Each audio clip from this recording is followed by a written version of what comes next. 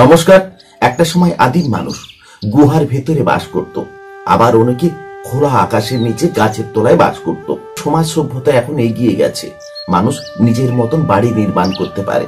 কেউ এলবেস্টারের বাড়িতে থাকে, কেউ মাটির বাড়িতে থাকে, কেউ আবার পাকা বাড়িতে থাকে, আবার অনেকে ফ্ল্যাট বাড়িতে থাকে।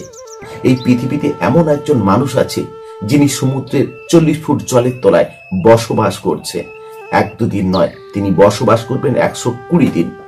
তিনি সমুদ্রের তলায় কিভাবে বসবাস করছে, কি নাম, কোন দেশের মানুষ তিনি, সেখানে কি সূর্যের আলো গিয়ে পৌঁছাচ্ছে, তিনি কি সত্যিকারে গ্রিজ বুকে নাম লেখাতে পারবেন?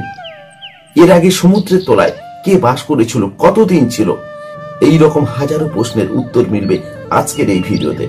বিশ্ব রেকর্ড গড়তে সমুদ্রের 36 ফুট গভীরে 120 দিন বসবাস করবেন এই জার্মান ব্যক্তি। ইতিমধ্যে তিনি পার করে ফেলেছেন 60 দিন।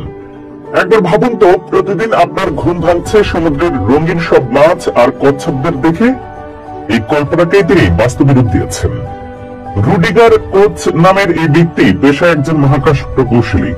পানামার পুয়ের্তো লিন্ডো এলাকার উপকূলে ক্যারিবীয় সাগরে পানিতে একটি ডুবো ক্যাপসুলের মধ্যে তিনি 2 মাসের বেশি সময় ধরে বসবাস করছেন। সেখানে তিনি তার দৈনন্দিন কাজকর্ম চালিয়ে যাচ্ছেন। রুডিগার আছেন সমুদ্র পৃষ্ঠ থেকে 11 মিটার বা 36 ফুট নিচে। তার লক্ষ্য গিনেস ওয়ার্ল্ড রেকর্ডসে নিজের নাম তোলা এবং বিশ্বকে দেখানো যে পানির নিচেও মানুষ আরামদায়ক জীবনযাপন করতে পারে। এখানে অবশ্য তাকে একেবারে নিঃসঙ্গ বলা যাবে না। সকালে জানালার উপরে দেখা যায় রঙিন মাছ এবং সামুদ্রিক প্রাণীদের খেলা, আর রাতে শামুক এবং কাঁকড়ার দল তাকে যেন সুটেলা আবহে ঘুম পাড়িয়ে দেয়।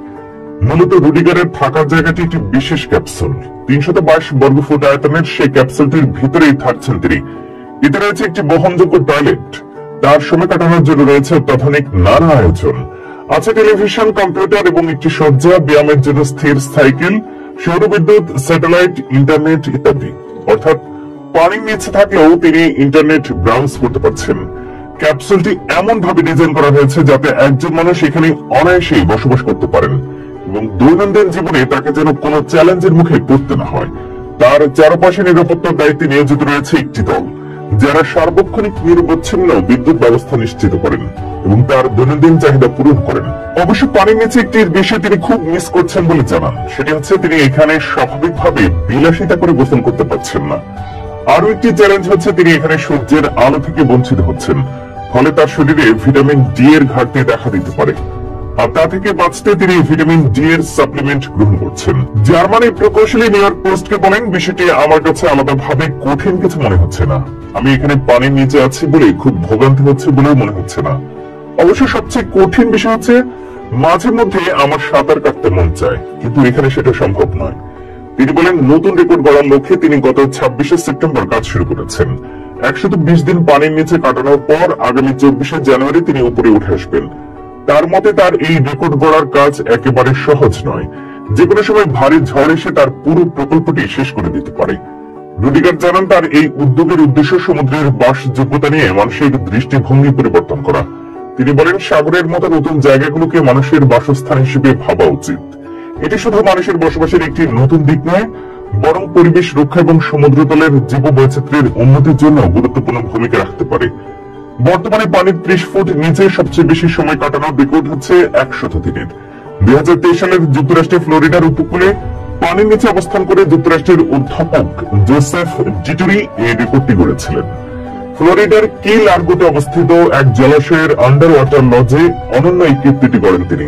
তিনি জানান, পানির নিচে জগতে এবং জনবিচ্ছিন্ন বদ্ধ ও চরম পরিবেশে মানুষের সহ্য ক্ষমতা বাড়ানো নিয়ে গবেষণা করতেই তিনি জলাশয়ের তলদেশে গিয়েছিলেন। অধ্যাপক ডিটুরি দেশটির নৌবাহিনীতেও দীর্ঘ 28 বছর যুক্ত ছিলেন। জানা যায়, প্রফেসর ডিটুরি লজে নিজেকে ব্যস্ত রাখতে ভোর 5টায় ঘুম থেকে উঠতেন। এরপর তিনি ডিম ও স্যামন মাছের মতো উচ্চমাত্রার প্রোটিন সমৃদ্ধ খাবার গ্রহণ করতেন, যাতে শারীরিকভাবে তিনি সুস্থ থাকতে পারেন। তো আজকের ভিডিও এই পর্যন্ত। দেখা হচ্ছে নতুন কোনো পর্বে, নতুন কোনো জানা অজানা তথ্য নিয়ে।